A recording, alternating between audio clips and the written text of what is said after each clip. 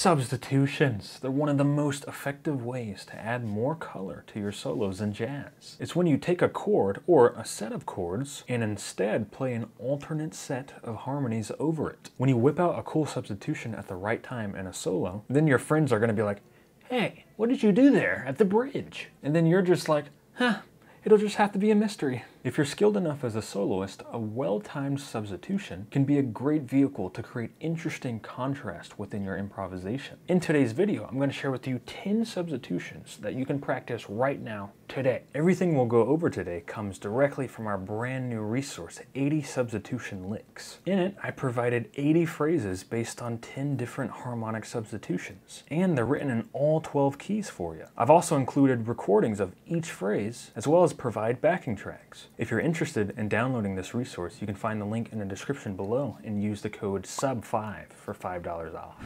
All right, let's get into it. The first substitution that we'll go over is also the first substitution that most jazz musicians learn. The tritone substitution. It's when you take a 5-7 chord, like this G7 here, and shift the root up a tritone. So now this chord becomes a D-flat dominant 7, which is also the flat 2 dominant 7. You can see that all these chords' roots descend in half steps. The default chord scale that would go with this D-flat 7 is the Lydian dominant scale.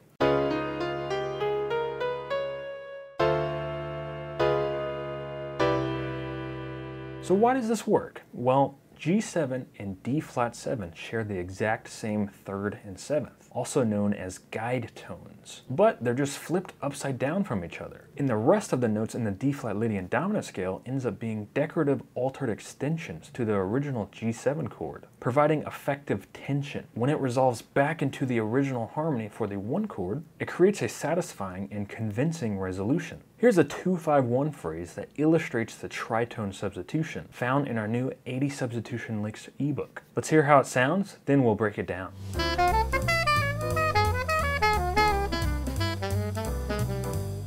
So let's break down what's going on here. In our D minor 7 chord, we start off with an ascending F major 7 shape, starting on its 7th. This ends up giving us the D minor 7 chords 9, flat 3, 5, flat 7, and 9. Then we'll embellish the root by approaching it twice, first from a diatonic note above, then from a chromatic approach note below. Now for the G7 chord, we imply our new tritone substitution, D flat 7. We play the D flat 7's 9, dip down to the flat 7, A flat, and ascend up the A flat minor triad, which gives us favorable notes for this chord. Then we land on this chord's root and play a permutation based on the D flat major triad. Now if you were to look through this through the lenses of a G7 chord, you'll see that this line has both of G7's important guide tones. The rest of the notes are altered extensions. Then we resolve to the C major 7 by playing a backwards 1-2-3-5 cell, then a 3rd on beat 3. Suddenly we'll dip down with a large major 6 interval to the 5th. And with a slight rhythmic syncopation, we'll ascend up and down the major bebop scale. Let's hear it all again.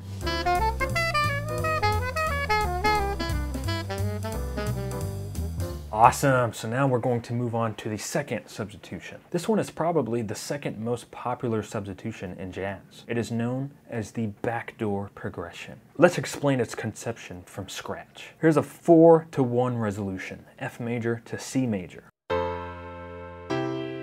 Classical musicians would call this a plagal cadence. Now, we can borrow a chord from our parallel minor key, aka the C natural minor scale. C natural minor's 4 chord would be a 4 minor chord. So let's change our F major triad into an F minor triad. Now we'll hear this minor plagal cadence. Amazing. This technique we just did of replacing a chord with a different chord that comes from a parallel minor scale is called modal borrowing. Now let's make it sound like jazz. In jazz, we like taking triads and making them into 7th chords. So now here's our 4 minor 7 to 1 major 7. Okay, and also in jazz, we like making 2 5s out of everything. So we're going to take our F minor 7 chord and pretend it's a 2 minor 7 chord. If F minor 7 is a 2, then what's the 5-7? It would be a B flat 7. So now check out the resulting chords. F minor 7, B flat 7, and a return to C major 7. Our original 2-5 has been substituted for a 4 minor 7 and a flat 7 dominant 7, and will resolve back into a 1 major 7. This is the effective sound known as the backdoor progression. Let's take a listen to a phrase that comes from the book that is based on this progression.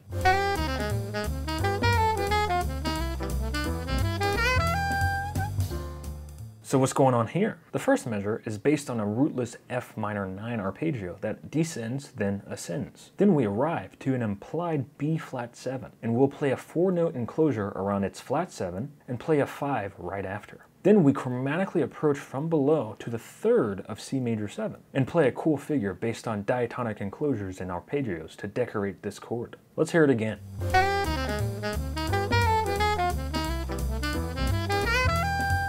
Great, so to prevent this video from being 1,000 minutes long, I'm going to move at a slightly faster pace here. Feel free to comment any questions below if needed. Okay, so the third substitution we'll go over is the side slip 2-5-1. This is where you're going to take the 5-7 chord in your 2-5-1 and compress it into a short 2-5. And then in the 2 chord before it, you'll compress this into a short 2-5 up or down a half step. I personally prefer how it sounds when it's up a half step. This will end up sounding like this. So let's hear this phrase from the book that's based on this substitution.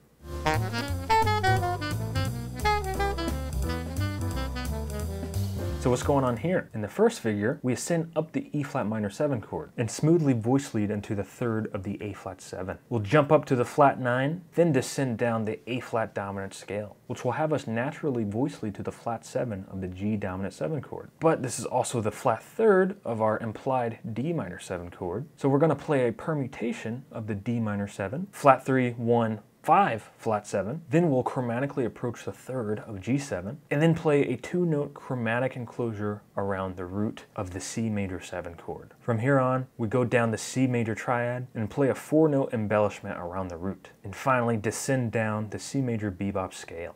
Great, let's hear all this one more time.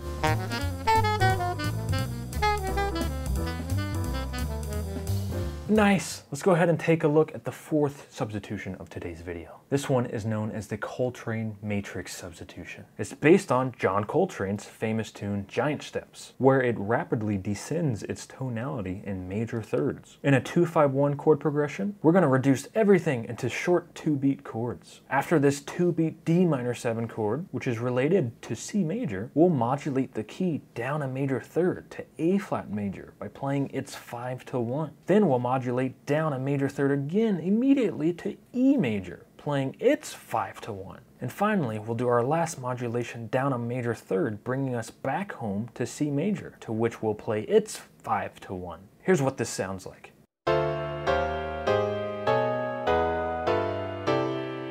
Let's listen to a line from the book that's based on this substitution.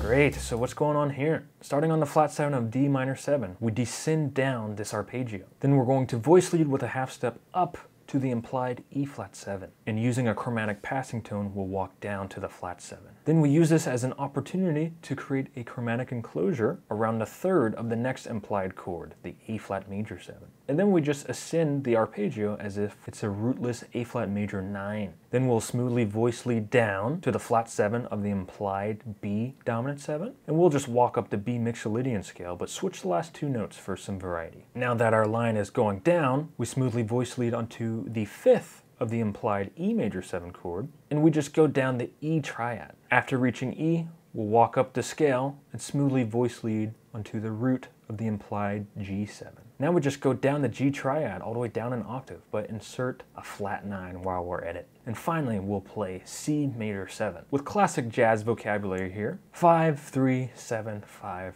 root. Let's hear all this one more time.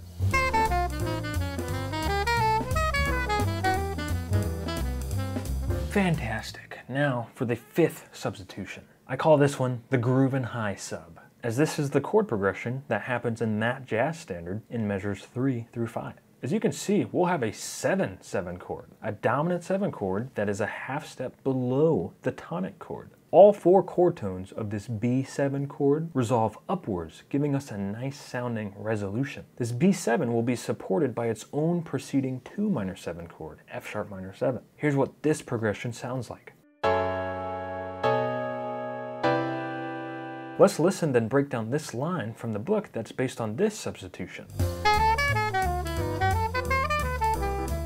So what's going on here? Of the implied F sharp minor 7 chord, we're going to chromatically or also diatonically approach the minor third. Then we play the 5th, then dip down to the 9th. And then from here, we're going to chromatically approach the 3rd of the implied B7 chord. And this line is the classic line from Donna Lee. 3, 5, flat 7, root, and then flat 9, sharp 9, root, flat 7. And then finally, we'll voice lead back into the original tonality by landing on the 5th and playing the 3rd to end it off. Cool, let's hear it one more time. Excellent. Now we're going to move on to some substitutions for turnarounds. The 6th substitution we'll go over is known as the Dameron turnaround, also known as the Ladybird turnaround, because it is based on the last 2 bars of his jazz standard composition, Ladybird. First, here's an unmodified turnaround chord progression. 1, 6, 2, 5, 1. But what Dameron did is he took every single chord after the 1 chord and turned it into a tritone sub. Then he just smacks a major 7 chord quality onto all of them. This creates a really unique sound. Here's what it sounds like. Here's a line from the book based on this Dameron turnaround. So what's going on here? On our 1 chord, we just go up the classic 1, 2, 3, 5 melodic scale. Now for the implied E flat major 7, we're going to play a pivot arpeggio, which is the name for when you take the last 3 notes of a 7 chord arpeggio and shift it down an octave. So here's a 1, then we're going to shift down an octave to 3, 5, and the 7. Nice, this will allow us to smoothly voice lead onto the 3rd of the next implied chord, the A flat major 7. And we'll just play a permutation of that chord. 3, 5, 7, 1. Now I just play a permutation of the D flat triad, but I take the 1st, 5th, and switch it for a 6. This sort of switching a chord tone technique for a note above or below is sometimes coined as hinging. So I sort of hinged this 5th to the 6th, which adds some subtle melodic variety. Anyway, I finally arrived to the destination chord, that C major 7, and I'll just go up the 1, 2, 3, 5 again, but starting on G. This will give us the 5, 6, 7, 9, and we end the phrase on the root. Let's hear it all again. Incredible. Let's go ahead and take a look at the 7th substitution. I'll call this one the passing diminished sub. In a regular 1, 6, 2, 5, 1, we're going to replace the 6 with a flat 2 diminished chord. Now, if you look at the root movement, our first 3 chords are walking up in half steps. This diminished chord is now functioning as a passing chord that connects 2 diatonic chords. Let's hear how it sounds. Let's listen to a line from the book based on this passing diminished sub. So what's going on here? In our C major 7, we're just going to embellish the root here. We approach it with a diatonic step above, then we target the root, then we're going to approach it again, but this time a diatonic or chromatic step below. Then we target it a 2nd time. Now we ascend the C sharp fully diminished 7 chord, starting on E. When we get to the root of this implied chord, we're granted access to smoothly voice lead this with a half step interval down to the flat 7th of the D minor 7 chord. We go down the chord, play a 3-note triplet enclosure around the root of our G7, and now I'll ascend up the G7 chord, but hinge that root up to the flat 9. So this ends up sounding like a diminished chord in itself. This E completes the shape I was really thinking of here. So if you actually look at this from the F and the notes to the E, we get an F diminished major 7, one of my favorite sounds to play. After this, we'll play up to the G and then dip down all the way to the 7th and chromatically approach the 6th. Let's hear it all again. Superb. Let's go ahead and look at the 8th substitution, also the last turnaround progression that we'll look at today. I'll call this one the descending turnaround.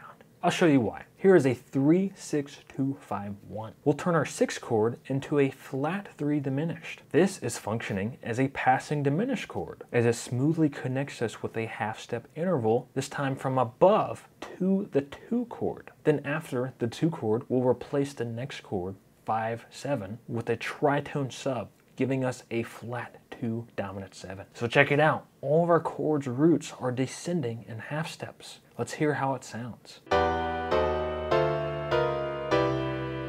Here's a line from the book that illustrates this turnaround.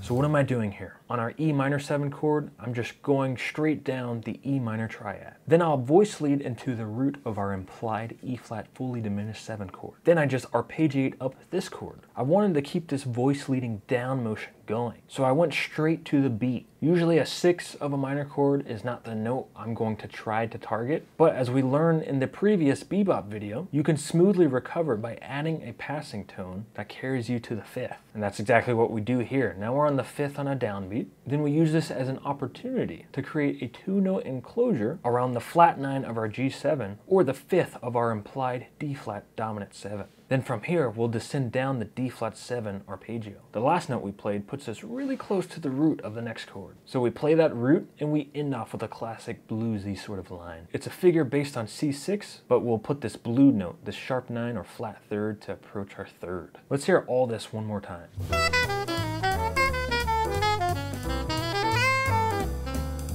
Unbelievable. Let's go ahead and move on to the last 2 substitutions of this video. These will take place over minor 2-5-1 chord progressions. Our 9th substitution will be coined as melodic minor subs. Here's a minor 2-5-1 here. If we were to change our 2 half diminished 7 chord into a Locrian natural 2, this would change the parent scale to F melodic minor. So we're going to extract the first diatonic 7th chord from the F melodic minor scale, which is F minor major 7. That's our new first chord. Now let's look at the 5-7 flat 9 chord. Let's make this fully altered, so now it's a G7 alt. The altered scale is the 7th mode of melodic minor. So this means the parent scale of G altered is A flat melodic minor. Let's again extract the first diatonic 7th from this scale, A flat minor major 7. This is our new chord to replace our 5. And finally, the 1 chord. Anytime a minor chord is functioning as a 1 chord, you can be rest assured that using the tonic melodic minor is an effective choice. So we'll turn this chord into a C minor major 7. And well, won't you look at that? This is just minor major madness. Let's hear how this sounds. Here's a line from the book that demonstrates this substitution.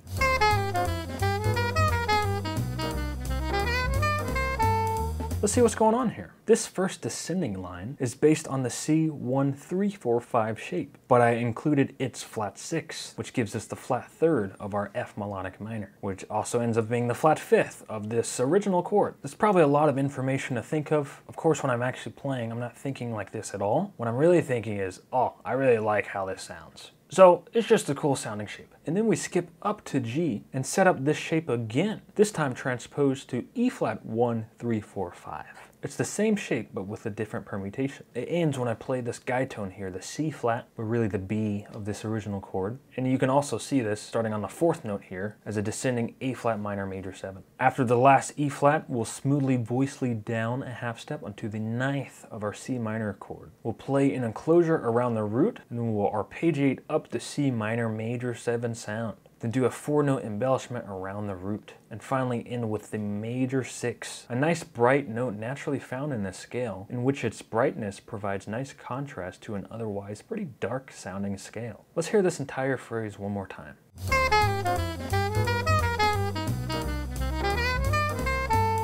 Stupendous. At last, the 10th and final substitution of this video. We'll call this one the descending dominant sub. We'll take a minor 2-5-1, and also works on a major 2-5-1, and instead start with a backdoor dominant 7, aka the flat 7 dominant 7. Now every 2 beats, we'll just play a dominant chord a half step below it till we finally get to the original keys 5-7. And from there, in classic fashion, after the 5-7 chord, we'll resolve to 1. Here's what this progression sounds like. Let's take a listen to this line from the book that demonstrates this substitution. Amazing. Well everyone, that concludes today's video. I really hope this helped, and again, if you're interested in downloading our brand new resource 80 substitution licks, don't forget to use the code SUB5 for $5 off. That can be found in the description below, and thank you all so much for watching this video. Please consider leaving a like and subscribe, as it really helps this channel grow, as well as comment what else you might like to see from us in the future. Alright everyone, I'll see you all next time.